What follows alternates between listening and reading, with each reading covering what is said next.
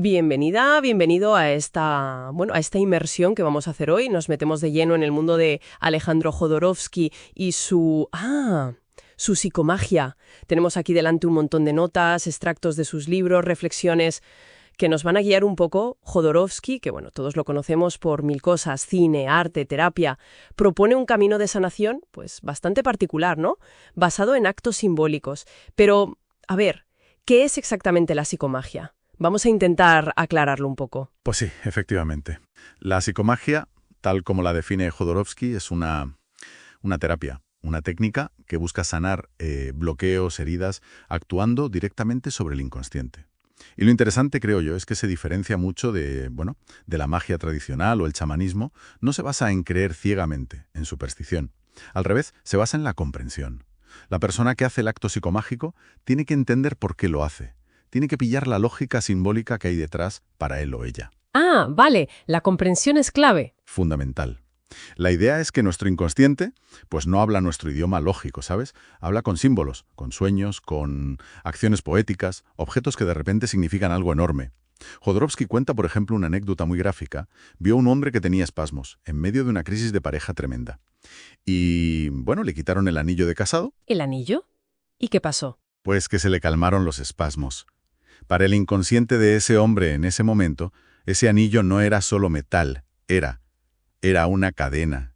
¿Entiendes? Entiendo, sí. El símbolo puro. Exacto. Y la psicomagia lo que intenta es usar ese lenguaje, el del símbolo, pero de forma voluntaria, consciente. Que el inconsciente, en vez de sabotearte, se convierta en un aliado para sanar. No es buscar milagros fuera, es que la persona se active, se convierta en su propio sanador. A través de la acción, una acción simbólica, claro. Acción y poesía. Has dicho acciones poéticas. Y eso conecta mucho con los orígenes de todo esto, ¿verdad? Él habla de la influencia de Chile, de esa vida poética. Totalmente. Él siempre menciona esa atmósfera de su juventud en Chile, con gente como Neruda e Huidobro, poetas que no solo escribían, sino que, como dices, vivían poéticamente, hacían cosas, actos, que rompían con lo normal, con la lógica del día a día. Y él mismo se metió de lleno en eso, ¿no? Cuenta cosas, algunas bastante fuertes, que hacía actos poéticos con amigos, desde cosas más, inocentes, como dar una concha en vez del billete del autobús, hasta otras, mucho más transgresoras. Simular el velatorio de su madre con un maniquí o llenar la cama de sus padres de gusanos. Ahí es donde la cosa se pone intensa. Intensa, sí. Es que él definía el acto poético como algo que debía tener belleza, una estética, pero también ser gratuito, sin una justificación práctica. Y a veces sí, a veces violento.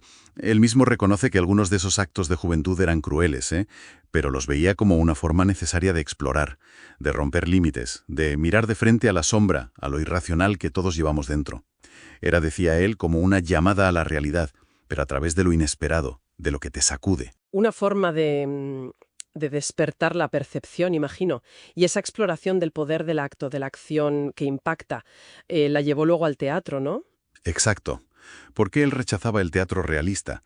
Le parecía superficial, ¿sabes? Desconectado de lo onírico, de lo mágico, de lo profundo del ser humano. Y empezó a experimentar. Sacó el teatro de los teatros, buscó implicar al público de otra manera, hasta que llegó a lo que llamó lo efímero pánico. Efímero pánico. Suena potente. Realmente happenings, espectáculos únicos, irrepetibles, diseñados para provocar una reacción fuerte, un impacto.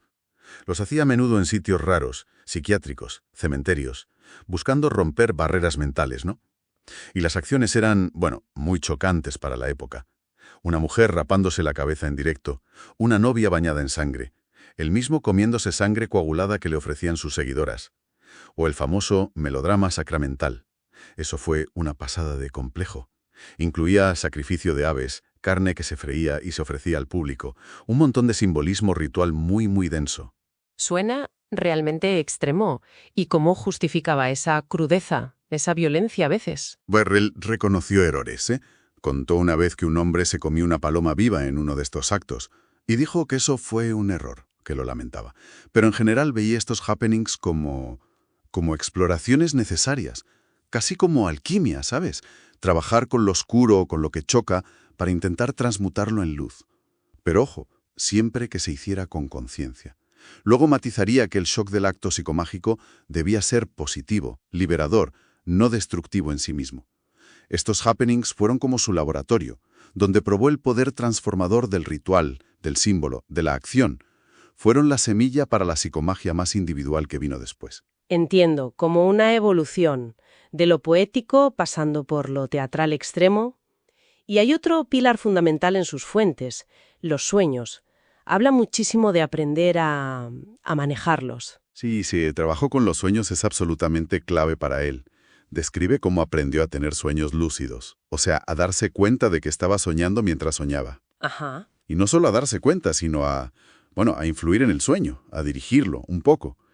Cuenta experiencias muy personales, muy intensas, de superar pesadillas recurrentes enfrentándose a lo que le daba miedo dentro del propio sueño. ¿Cómo? ¿Enfrentándose? ¿Qué hacía? Pues por ejemplo, si aparecía un monstruo, menciona al Imbunche, que es un ser mitológico de Chile, o una pantera que le atacaba, en vez de huir, se enfrentaba. Intentaba transformarlo, convertir al monstruo en un aliado, o incluso en una figura divina, positiva. Cambiaba la narrativa del sueño desde dentro. ¡Qué interesante! Y lo más interesante es cómo él lleva esas lecciones del sueño a la vida real, a la vigilia. La conclusión que saca es que la realidad, pues, no es tan rígida como pensamos, que nuestra intención, nuestra percepción puede modificarla. Por eso insiste tanto en no definirnos de forma estrecha. Cuenta la anécdota de que si le preguntan si es chileno, francés, judío, dice que sí a todo, como ejemplo de esa flexibilidad, de no encasillarse, y describe varios niveles de sueños que exploró. El lúcido, el terapéutico, donde usaba la lucidez para sanar cosas como transformar sangre en orina dentro del sueño, el humilde y el sabio. Es fascinante esa conexión entre el mundo onírico y la acción en la vida real. Entonces, con todo este bagaje, la poesía vivida, el teatro de impacto, la exploración de los sueños, ¿cómo se aplica la psicomagia ya en una consulta, en la práctica? ¿Cómo funciona? Normalmente, el punto de partida suele ser una lectura de tarot. Pero él insiste mucho en que no use el tarot para adivinar el futuro, ¿eh? Nada de eso. Lo usa como una herramienta proyectiva, como un espejo para que la persona vea sus propios bloqueos, sus nudos. ¿Por qué algo no funciona en su vida ahora? Y a partir de lo que sale en el tarot, de los símbolos y de la conversación con la persona, claro, diseña un acto psicomágico a medida. Un acto a medida, personalizado. Exacto. Una acción concreta, física, que la persona tiene que realizar. Y esto es súper importante. Tiene que hacerlo con plena conciencia y estando totalmente de acuerdo. La persona tiene que entender la lógica simbólica del acto para sí misma, aunque desde fuera parezca una locura o algo súper raro. Jodorowsky también dice que estos actos suelen tener efectos perversos. ¿Perversos? ¿En qué sentido? En el sentido de incontrolados, inesperados, que van más allá de lo que uno preveía. Y dice que eso es parte de su riqueza porque mueven cosas muy profundas del inconsciente, energías que estaban ahí bloqueadas. Y los ejemplos que da en sus libros son, bueno, desde luego, son memorables. Y a veces desconcertantes, sí. Ilustran muy bien esa lógica simbólica tan suya. Sí, son muy gráficos, la verdad. Por ejemplo, cuenta el caso de una mujer que sufría mucho por la ausencia de un padre idealizado que había muerto y, a la vez, por el maltrato de su madre. El acto que le propuso fue viajar a Perú, buscar rastros reales concretos del padre, encontró cartas, fotos, y al volver, darle una bofetada a su madre. Un acto fuerte, sí. ¿Una bofetada? ¿Y qué pasó? Suena que puede acabar muy mal, eso. Pues, sorprendentemente, según cuenta él, la madre aceptó la bofetada, sin reproches, y a partir de ahí, dice, nació una relación de amistad entre ellas. Increíble. La lógica simbólica era romper el patrón de sumisión, confrontar directamente a la madre y a la vez recuperar simbólicamente al padre, buscando sus huellas reales. El acto, aunque violento, funcionó como un catalizador inesperado. Es impactante, desde luego. Recuerdo otro ejemplo, el del escritor que no podía escribir, que tenía un bloqueo. Sí, a ese escritor le dijo que tenía que quemar todos sus manuscritos inacabados, pero no de cualquier manera, rociándolos con vodka, un símbolo claro de purificación, de soltar el pasado, y además tenía que salir de la habitación por la ventana, no por la puerta. ¿Por la ventana? Claro. Una metáfora potentísima de romper con la rutina, con lo conocido, y lanzarse al vacío creativo, a lo nuevo. Se ve muy clara la lógica simbólica ahí. ¿Y para temas de identidad o de sentirse fuera de lugar? También hay ejemplos muy directos, como el de un hombre con un complejo racial muy fuerte que se sentía como dividido por dentro. El acto fue maquillarse la mitad de la cara de negro y la otra mitad de blanco, y así salir a pasear por los Campos Elíseos en París. Madre mía. Una exposición pública total, radical, para confrontar y asumir esas dos partes de sí mismo delante de todo el mundo. Asumir la dualidad en vez de esconderla. Y también para duelos, ¿no? Para pérdidas. Exacto. Recuerdo el caso de una pareja que estaban sufriendo mucho por un aborto espontáneo. El acto psicomágico fue hacer un pequeño funeral simbólico. Tenían que comprar una cajita de madera buena, bonita, meter dentro un mango, que es una fruta que puede simbolizar lo fetal, la semilla, ¿no? Y enterrarlo juntos en un sitio especial para ellos. Qué bonito eso, darle un cierre, un ritual. Justo. Darle una forma concreta al dolor. Reconocer esa pérdida que muchas veces se queda como en el aire sin elaborar, para poder seguir adelante. Tiene todo el sentido. Y antes mencionabas lo del anillo, como un objeto tenía un significado. Supongo que los actos también pueden ir dirigidos a dolores físicos que tengan una raíz emocional. Correcto. Hay un caso muy curioso de una mujer con un dolor crónico en la nuca, y según la lectura del tarot, ese dolor estaba conectado con una relación complicada con su padre. Resulta que el marido de esta mujer era cantante de ópera. Ah, ¿y qué tuvo que hacer? Pues el acto fue que el marido le cantara una nana, pero directamente sobre la nuca, donde le dolía. Qué poético, ¿no? Muy poético. Usar el arte del marido y la figura del marido para suplir simbólicamente ese cuidado paterno que faltó o fue conflictivo, aplicando la cura, la nana, la voz, justo en el síntoma físico. Es fascinante esa conexión tan directa. Símbolo, historia personal, emoción, cuerpo, todo junto. Y está también el caso de la pintora que tenía asma. Ese me llamó mucho la atención. Sí, el de la pintora. Su asma recurrente parecía estar ligada, según el análisis de Jodorowsky, a la muerte no resuelta de su madre y, también, a un miedo muy grande al éxito profesional, a brillar. El acto fue pintar un esqueleto que representaba la muerte, el miedo, lo que la ahogaba, y luego cubrirlo totalmente con la pintura de un ángel, símbolo de la sublimación, de la protección, del éxito que sí podía alcanzar. Y aquí hay un detalle que él siempre recalca, que es muy importante.